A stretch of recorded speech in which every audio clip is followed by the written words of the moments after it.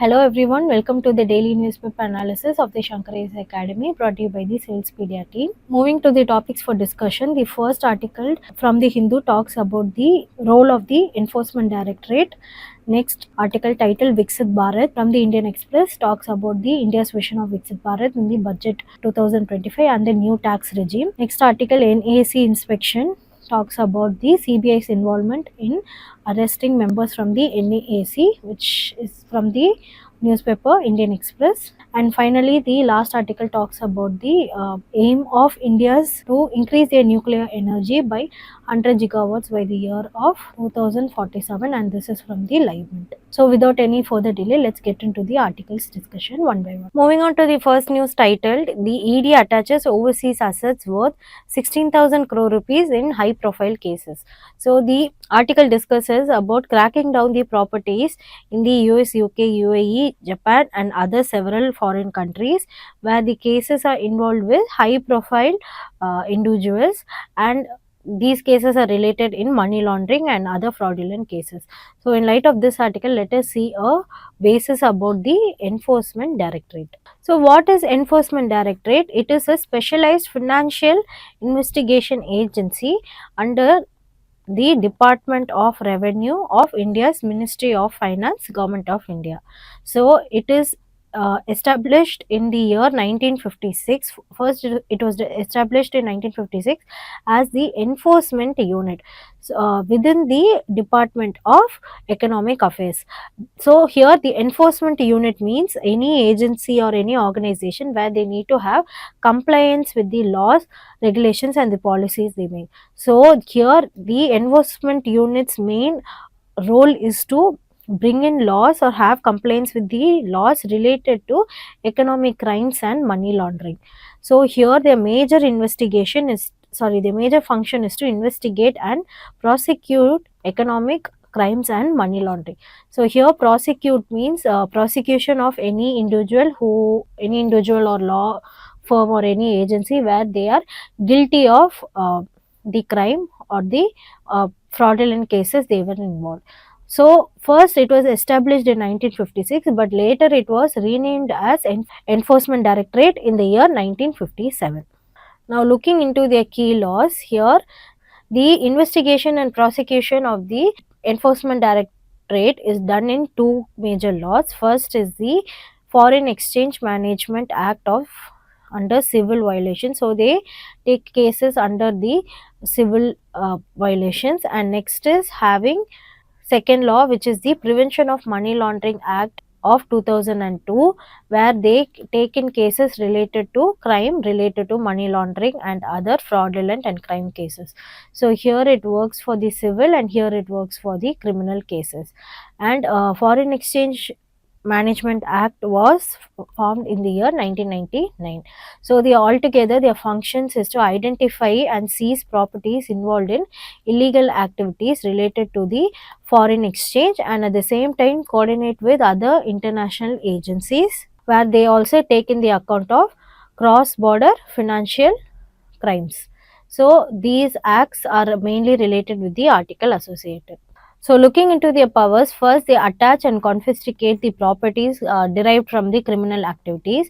Next they issue summons and they conduct searches and seizures, and with the data associated they arrest the individuals related in the crime cases, and they finally send the letters regotary, which is the formal request to foreign courts for assistance in cases involving overseas transaction.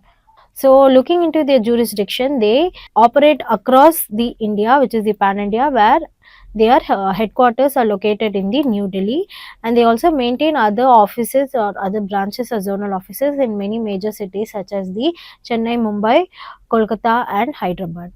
Looking into the notable cases, first is the Nirav Modi's case related to the Punjab National Bank scam. Next is Vijay Mallya's loan default case. Next would be the DHFL, which is the Dewan Housing and Finance Corporation Limited and other corporate frauds. And next is having cases related to sand mining coal block allocations related to the Augusta Westland chopper scam cases. So I hope the article is clear. So let us move on to a prelims question. What is the primary function of a letter rogatory issued by the ED? And the answer is B, which is requesting assistance from foreign countries in legal investigations. This is a formal letter.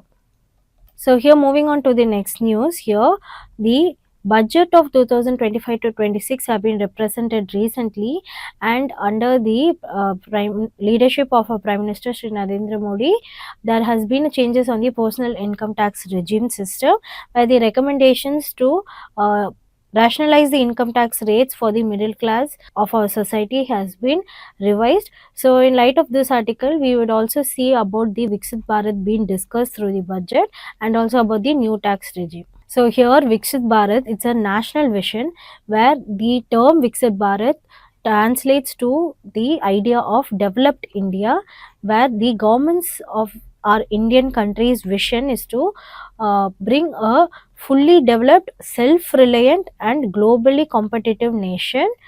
So the focus or the vision would be mainly to have an inclusive as well as a sustainable growth in our country across all the sectors of our country, India. So the target to have a Viksit Bharat, that is a developed India, would be till the year 2047, where this year would be marked as the India's 100th year of independence. So 2047 would be the 100 years of independence, and where our government's vision would be having a developed India, where there would be focus on inclusive and sustainable development across sectors, and having a fully developed, self-reliant and having a global competitiveness credibility of our country, India. Now let us look into the 2025 budget highlights related to the income tax. Here there is no income tax up to 12 lakh annual income holders. So there is no tax payment for people who are having 12 lakh annual income. Next is there is no tax up to 12.7 lakh for the salaried individuals, and there is the standard deduction has been increased from 50,000 to 75,000. So here standard deduction would be a fixed amount or a final amount which can be deducted from the tax payable by the tax owner, by the tax people who are paying the tax. So here before it was 50,000, but now it has been increased to 75,000. Now related to the agriculture sector, here the Pradhan Mantri Dhan Dhanya Krishi Yojana has been launched. So this scheme is related to having financial support for the farmers, especially through bringing in affordable seeds, affordable fertilizers and other insurance schemes. And next is having Kisan credit card loans, where there is up to 5 lakh for farmers and other farmers related in the dairy sector. Next is having the Makana board, which has been established in Bihar. So the Makana, that is the fox nuts, is a rising agricultural sector, especially in our country India, as well as their demand all over the globe. So there are many startups who are involved in the Makana business, and there are a lot of food enthusiasts, and at the same time there is a global market, especially in foreign countries, for the Makana. So not only addressing the scope of Makana, but also the agriculture sector also focuses on their plantations and their agricultural processes. So there has been a board established, especially in Bihar, where they are known for having Makana production in general. And next is to having a 6-year mission where there is focus on tur dal, urad dal and other masoor pulses. Looking into the science and innovation sector, here there has been 20 crore being allocated for the private sector as well as the research and development and innovation sector. Next is there is a PM research fellowship which has been announced, where there are 10,000 fellowships for IITs and IICS, IISc. And next is having second gene bank. Here 10 lakh germplasm lines for food security has been secured. So here germplasm is nothing but a genetic molecule or a genetic material which has been emerged from the plant organisms. Looking into the export promotion sector, here there has been tax exemptions in LED, LCD TV components, textile looms and lithium ion batteries, where they are related to many phone and other technological innovations and other electric vehicles. Next is having 10-year exemption shipbuilding, 10-year exceptions on products of shipbuilding and ship breaking goods. So there is involvement of reduction of cost production in the maritime business.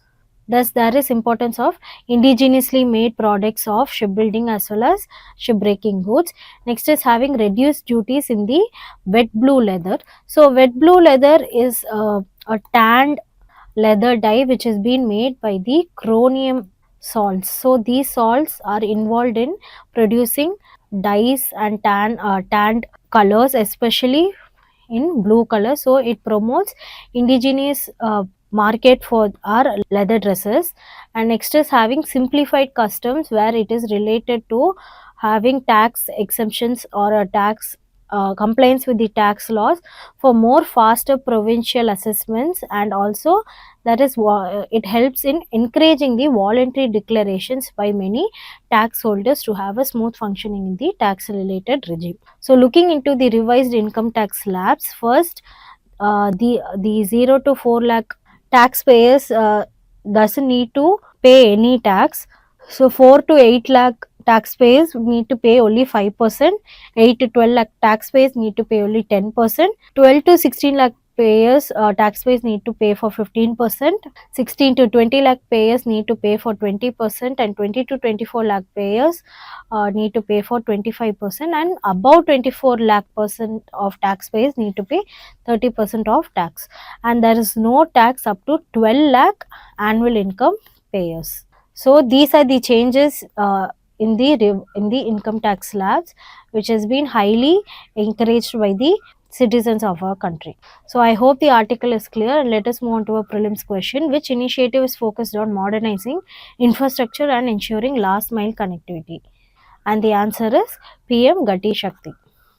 Moving on to the next article titled NAAC Inspection Team Head took 10 lakh rupees for favorable report, CBI in FIR.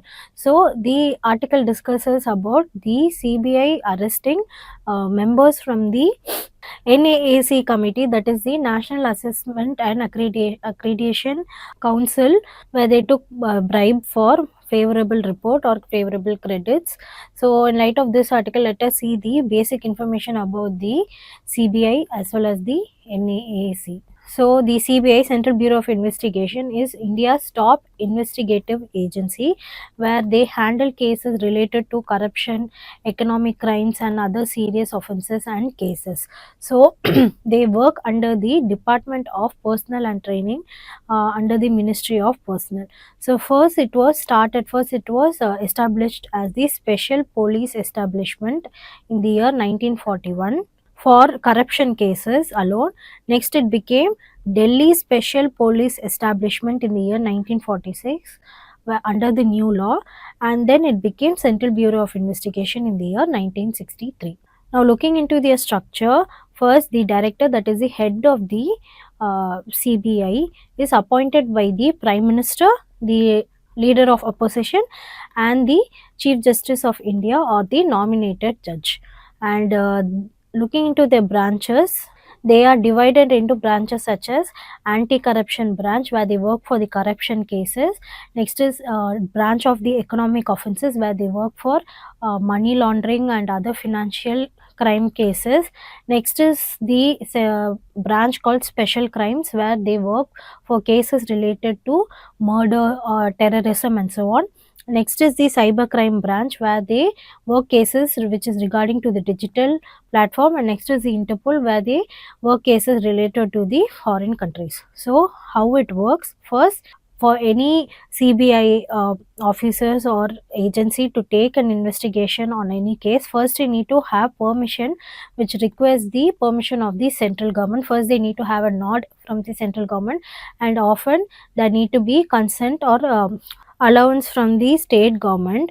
So here only through the central government permission as well as the state government consent, the CBI can investigate in any cases. There are also cases where states like West Bengal, Kerala and Punjab have given no consent to certain cases, and also the direction or an order to investigate any case is given by the Supreme Court or the High Court.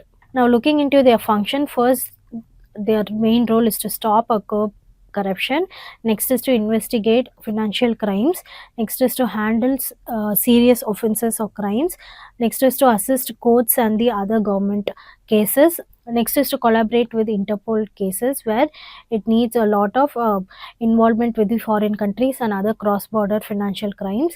Next is to safeguard the national security as a whole, and this would be their vision as they would be working for cases across the nation as well as in a global platform. And next is to investigate crimes in the Delhi as well as in the UTs, that is the Union Territories. Now looking into the key laws associated with the Central Bureau of Investigation, first is the Delhi Special Police Establishment Act of 1946. So they overview the cases related to legality, which is the legal basis. Next is Prevention of Corruption Act of 1988. So they work for eroding corruption, that is they stand as an anti-corruption tool. And next law is Indian Penal Code of 1860 or and Criminal Procedure Code, which is in the year of 1973, where they stand as a general legal framework where they work for crimes related to fraudulent corruption, cheating and other criminal cases. So I hope the basis of the CBI is being covered. So next move on to the National Assessment and Accreditation Council, that is the NAAC. So it is an autonomous body which comes under the UGC, and the main function of the NAAC is to bring in grades for colleges and universities in India. So their main function is to bring in assessment in teaching in the faculties and having assessment in the infrastructure development and research and development related to universities and colleges across India through their grading system. So it is basically a grading system. So their grades range from A++, that is the highest, to C, and D to no accreditation. So the UGC or the University Grants Commission is a statutory body where they come under the Ministry of Education to work for the maintenance of the higher education of schools and colleges and related to universities. So under UGC is only NAAC, where it stands as a credit system for such colleges and universities. So the UGC comes under the Parliamentary Act, which is the UGC Act of 1956. So the article discusses how the CBI is involved in the case of NAAC, where their members have been involved in bribery cases to give credits for many other colleges where it stands as a crime. So looking into their mission, first is to accredit higher education institutions where they need to provide credits. Next is to enhance the teaching, research and learning quality of colleges and universities. So to promote having a self-evaluation and accountability by the colleges. Here the NAAC also provides the credit, as well as the colleges and universities can provide self-credit for their colleges and universities. Next is to collaborating with other educational bodies. So there is community participation, at the same time fostering training, research and innovation in education system. So looking into the accreditation process, first is self-assessment by the institutions, it holds accountability. Next is having data validation by the NAAC experts by the assessment given on the data given by the colleges and universities, and also having on-site peer visit by the NAAC system after the self-assessment or assessment by the NAAC itself. So I hope the concept of NAAC is also clear. So let us move on to our prelims practice question. Which of the following states have withdrawn general consent to CBI? And the option is B, West Bengal, Punjab and Kerala. Moving on to the last news title, 100 gigawatt nuclear power by 2047. So here Finance Minister Nirmala Sitharam has committed to developing at least 100 gigawatts of nuclear energy by 2047, a 12-fold expansion in the budget. So here, currently the nuclear plants account for 1.8% of India's installed power capacity of 462 gigawatt. So here the ambition is to include the nuclear energy of 100 gigawatts into producing electricity or the power capacity, which can multiply or which can expand to almost 12-fold percentage. So in light of this article, let us see basic idea about the nuclear energy power plant and the concepts associated with it.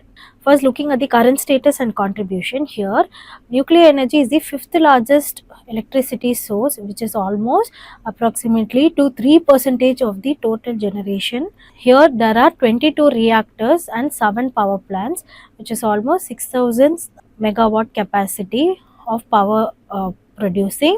So here the reactors can be defined as the module or reactor which produces the electricity through the fission, and here power plants can be defined as the entire infrastructure which it includes the reactors, turbines and other infrastructures and so on.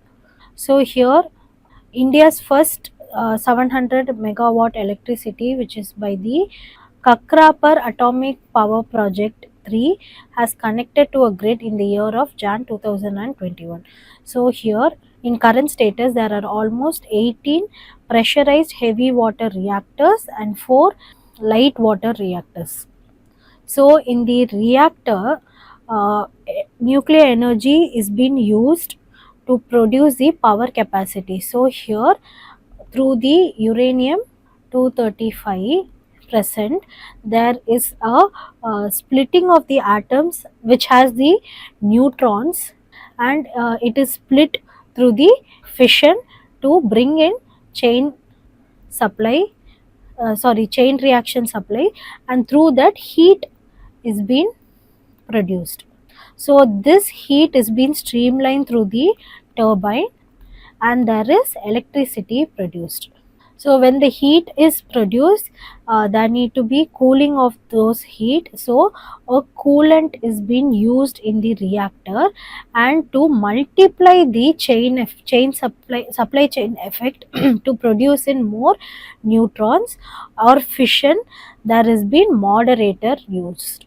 So in a reactor there are two factors. One is the coolant, that is to cool down the heat so that it produces steam and it has been deviated to the turbine, and the role of moderator is to keep bringing in the fission or the fusion to produce in the neutrons and bringing in steam production, and there is electricity generation. So under the reactors there are two types, which is the usage of heavy water and which is the usage of light waters.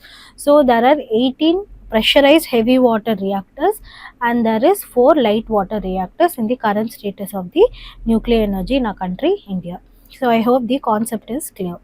Now looking into the recent developments, first the Nuclear Power Corporation of India Limited has made partnerships with other public sectors such as the Nuclear Thermal Protection Corporation and Indian Oil Corporation Limited. So the NPCIL is a PSU, that is public sector undertaking. So these undertakings are government owned, where almost 50% of their share is from the government. So having in such partnerships helps in engaging the expansion of the nuclear power. Next is having plant expansion beyond South India and Gujarat, for example Gorakhpur in Haryana, and bringing in the indigenous thorium plant which uses the uranium 223, which is in the Kalpakkam region. Now looking into the regulatory landscape, that is the regulation or the acts which have been involved in the nuclear energy of our country India. First is the Atomic Energy Act of 1962. It has the centralized control where it is the apex head when it comes to the regulatory framework of our nuclear energy. Next is Atomic Energy Regulatory Board, where they provide in safety standards for the nuclear energy reactors from power plants and related to accidents. Next is the Civil Liability Act of 2010, where it acts as a liability center for nuclear accidents. Here they almost provide operator liability where there are accidents happening to almost 1500 crore. And next is the International Atomic Energy Agency, where they safeguard compliances along with the global standards. So here they are not signatory of the NPT. So the article discusses along with the mega ambition of producing 100 gigawatt of nuclear energy, they also bringing in compliance with the other laws such as the Atomic Energy Act and the Civil Liability Act in association with the International Atomic Energy Agency. So here we can see how the Indian civil reactors have been placed under the International Atomic Energy Agency inspections also. Now looking for their significance, first their energy diversification is large. Here it reduces the coal reliance to almost 55%. Next is they bring in economic jobs, growth and infrastructures development. Third is to bring a climate change mitigation where there is transformation to nuclear energy resilience and reliance, where there is upbringing of electricity through energy sector where the net zero by 2070 and zero CO2 missions align with the nuclear energy initiative, which aligns with the idea of climate change and sustainable development. Next is having energy reliability where base load power is given importance. Here base load is nothing but having a minimum amount of electricity for the long production of electricity consumption through the energy sectors such as thermal, solar, nuclear and so on. And finally is to have energy security where it reduces fossil fuel imports to almost 85% of crude oil and 50% of natural gas dependency, especially in other foreign countries. Looking into the key issues, here they almost share only 1.6 percentage in the energy mix of the renewable energy sector. Next is having safety and opposition concerns where the public raise concerns over the safety protection as well as on the land. Next is to having investigation barriers where there is high capital cost for their infrastructure development, as it uses both PHWS and LWS, that is the pressurized high water uh, reactor and light water reactor, where the infrastructure and the area it occupies takes a lot of investment funds and money. Next is technological delays. Of course, to bring in such establishment of such larger reactors as well as plants, it takes a lot of delay. And finally is to have a fuel dependency where the dependency mostly races on having imported uraniums, where the uranium is important for producing the nuclear energy too. So let us see the measures taken to revamp, that is change the sector through little changes. First is to enhance the private sector participation. Here the article also speaks in about amending the Atomic Energy Act. Next is to streamline the land acquisition for more investment as well as infrastructure development. Next is to bring in regulatory frameworks and reforms in the National Nuclear Energy Authority. Next is to bring in community participation and skill development, for example, including the BARC. It is the Baba Atomic Research Center, where it is India's premier research center when it comes to the nuclear energy, which has been named under the Indian father of the nuclear programs as well as the Indian physicist Homi J. Baba. Next is to bring in local manufacturing involving initiatives like the Make in India, boost our indigenous development. Next is to expand indigenous technology, that is to fast breeder reactors and small moderator reactors. This concept will be seen in the last slide, where these technologies, instead of using the PHWRs and LWRs, which takes in lot of cost production as well as infrastructure development investment and the area, we can use small compact reactors like the fast breeder reactors and small moderator reactors. So in place of having dependency on these big reactors, we are changing our expansion to indigenous technologies such as these reactors. Next is to have strategic fuel reserve, so there is less dependency. Bringing in financial support that is such as the sovereign green bonds for more sustainable and inclusive development. Next is to waste management, where the waste created by the nuclear energy can be given in waste management through the circular economy process. And finally is to bring a public engagement or community participation. So small modular reactors are nothing but it's a compact small reactors up to 300 megawatt, where it stands as a modular design for more being resilient. And in India, it is exploring indigenous SMRs, where almost it is related to the 100 gigawatt target by 2047. And the initiative of Bharat Small Modular Reactor has been created to increase the development of the small modular reactors.